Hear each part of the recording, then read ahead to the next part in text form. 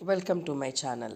ఈరోజు మనం బ్యాంకులో పాగా వేస్తారా, ఎస్బీఐలో 600 పీఓ కొలువులకి నోటిఫికేషన్ విడుదలైంది. సో దీనికి ఎలా అప్లై చేసుకోవాలి, ఎలా సన్నద్ధం అవ్వాలి, ఎలా ఎగ్జామ్కి ప్రిపేర్ అవ్వాలి, ఎలా ఉంటుందో చూద్దాం. 2 దశల్లో నిర్వహించే ఆన్లైన్ రాత పరీక్షలో మార్పులు చోటు చేసుకున్నాయి. గత కొన్ని సంవత్సరాలుగా నిర్వహిస్తున్న ప్రిలిమ్స్, మెయిన్స్ పరీక్షా పద్ధతిలో కొద్ది మార్పులు జరిగాయి. సబ్జెక్టులు, పరీక్ష సమయాలు అవే, కానీ ప్రశ్నల సంఖ్య, మార్కుల్లో మార్పులు జరిగాయి. ప్రిలిమినరీ పరీక్షలో ఇంగ్లీష్ విభాగానికి ప్రాధాన్యం పెరిగింది. ప్రశ్నల సంఖ్య 30 నుంచి 40కి పెంచారు. ఆప్టిట్యూడ్, రీజనింగ్లలో 5 ప్రశ్నలు తగ్గి 30 ప్రశ్నల చొప్పున కేటాయించారు. మొత్తం ప్రశ్నల సంఖ్యలో ఎలాంటి మార్పు లేదు. మెయిన్స్ పరీక్షలో రీజనింగ్, డేటా ఇంటర్ప్రిటేషన్ విభాగాల ప్రశ్నల సంఖ్యలో మార్పు లేదు. వాటికి కేటాయించిన మార్కులు 10 చొప్పున పెరిగాయి, అంటే వీటి ప్రాధాన్యం పెరిగింది.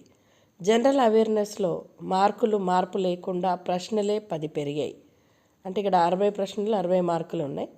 ఇంగ్లీష్ విభాగంలో 5 ప్రశ్నలు పెరిగి మార్కులు 20 తగ్గాయి, 40 ప్రశ్నలు 20 మార్కులు. ఇలా మనకి కొద్ది డిఫరెన్స్ ఉంది. అయితే ఒక పట్టికలో మనకి ఇక్కడ ఇచ్చాడు, reasoning and computer 40, 60, 50 minutes, aptitude, data analysis, ఇంటర్ప్రిటేషన్కి అయితే 30 questions 60 marks 45 minutes, general awareness, economy, banking knowledge 60కి 60 45 minutes, English language 40, 20, 40 minutes. So మొత్తము 170 క్వశ్చన్స్కి 200 మార్క్స్ 3 అవర్స్కి.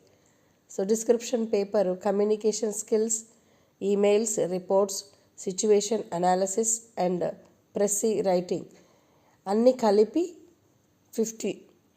దీనికి 250, మొత్తం పైన ఉన్న 200కి 50 కలుపుకుని 250 మార్క్స్ మొత్తం. తర్వాత దీనికి 30 మినిట్స్ టైం ఉంది. దీంట్లో వేతనం ఎలా ఉంది అంటే, ఎస్బీఐలో ఇతర ప్రభుత్వ రంగ బ్యాంకులతో పోలిస్తే భారీ వేతనాలు, సదుపాయాలు ఉంటాయి. 48,480 మూల వేతనంతో పాటు 4 అదనపు ఇంక్రిమెంట్లతో జీతం ఉంటుంది. ముంబైలో పీఓకి అయితే 18,067 లక్షల వార్షిక వేతనం అందుతుంది. DA, HRA, CCA, PF, SPS, LP, LFC, medical లాంటి అనేక సదుపాయాలు లభిస్తాయి. ఇందులో కెరియర్ ఎలా ఉంటుంది? ఎస్బీఐలో చిన్న వయసులో చేరితే కష్టపడే తత్వ, నిబద్ధత, బ్యాంకు అంతర్గత పరీక్షల ద్వారా అత్యున్నత స్థాయికి చేరుకోవచ్చు. దీనికి ఉదాహరణ ప్రస్తుతం చైర్మన్ చల్లా శ్రీనివాసులు శెట్టి, తెలంగాణకు చెందిన ఈయన 1988లో ఎస్బీఐలో పీఓ కెరియర్ మొదలుపెట్టి అంచెలంచెలుగా చైర్మన్ స్థాయికి చేరుకున్నారు. ఇక్కడ మనం గెలిపించే సూత్రాలు ఏంటి చూద్దాం. అంటే ఎలా చదివితే దీన్ని మనం గెలవచ్చు అనేది చూద్దాం. 1, ఎస్బీఐ పీఓ పరీక్షలో విజయం సాధించాలంటే పరీక్షా విధానం, సిలబస్ గురించి తెలుసుకోవాలి. దీంట్లో మనం ప్రిలిమ్స్, మెయిన్స్ పరీక్షా విధానాన్ని క్షుణ్ణంగా తెలుసుకొని పరీక్షలో వివిధ విభాగాల్లో ప్రశ్నలకు సంబంధించే టాపిక్స్ గుర్తుపట్టాలి. స్టడీ ప్లాన్, సన్నద్ధత ప్రతిరోజు అందుబాటులో ఉన్న సమయాన్ని అనుసరించి టైం టేబుల్ తయారు చేసుకోవాలి. ఏ సబ్జెక్టుకు ఎంత సమయం కేటాయించాలో నిర్ణయించుకొని దీని మీద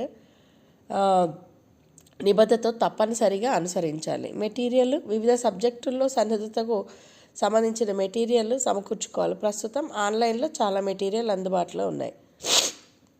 బేసిక్ కాన్సెప్ట్లు ఏవైతే ఉంటాయో, రీజనింగ్, ఆప్టిట్యూడ్ సబ్జెక్టులోని వివిధ టాపిక్స్, బేసిక్ కాన్సెప్ట్స్ బాగా నేర్చుకోవాలి. వాటిలో వివిధ స్థాయిల్లోని ప్రశ్నలు, ఇంగ్లీష్ గ్రామర్ నేర్చుకొని దాని ఆధారంగా అడిగే ప్రశ్నలు సాధన చేయాలి.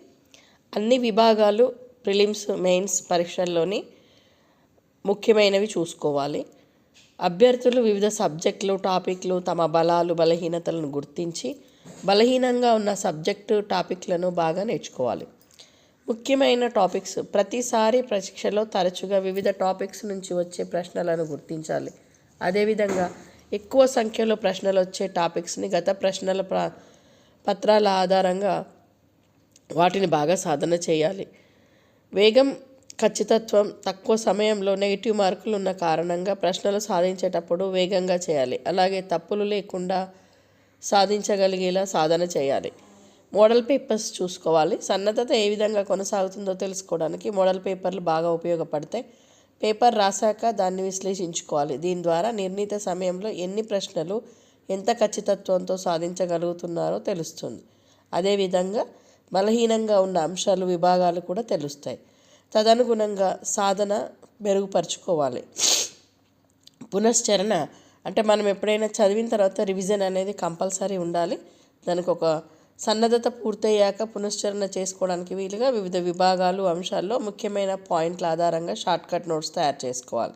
చివరి నిమిషంలో రివిజన్కి ఇది బాగా ఉపయోగపడుతుంది.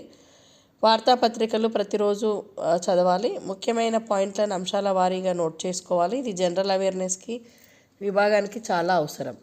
పత్రికల్ని చదవడం ఇంగ్లీష్ లాంగ్వేజ్ విభాగానికి కూడా పనికొస్తుంది. ఇందులో నోటిఫికేషన్ వివరాల్లోకి వెళ్తే పోస్టుల సంఖ్య 600 ఉన్నాయి. విద్యార్హత ఏదైనా డిగ్రీ, 30/4/25 నాటికి వయసు 21 నుంచి 30 సంవత్సరాలు ఉండాలి. 1/4/24 నాటికి. దరఖాస్తు ఫీజు 750.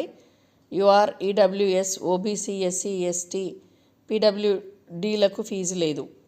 దరఖాస్తు గడువు జనవరి 16, 2025. ప్రిలిమ్స్ మార్చి 25, మెయిన్స్ ఏప్రిల్-మే 25, ఫేజ్ 3 మే-జూన్ 25.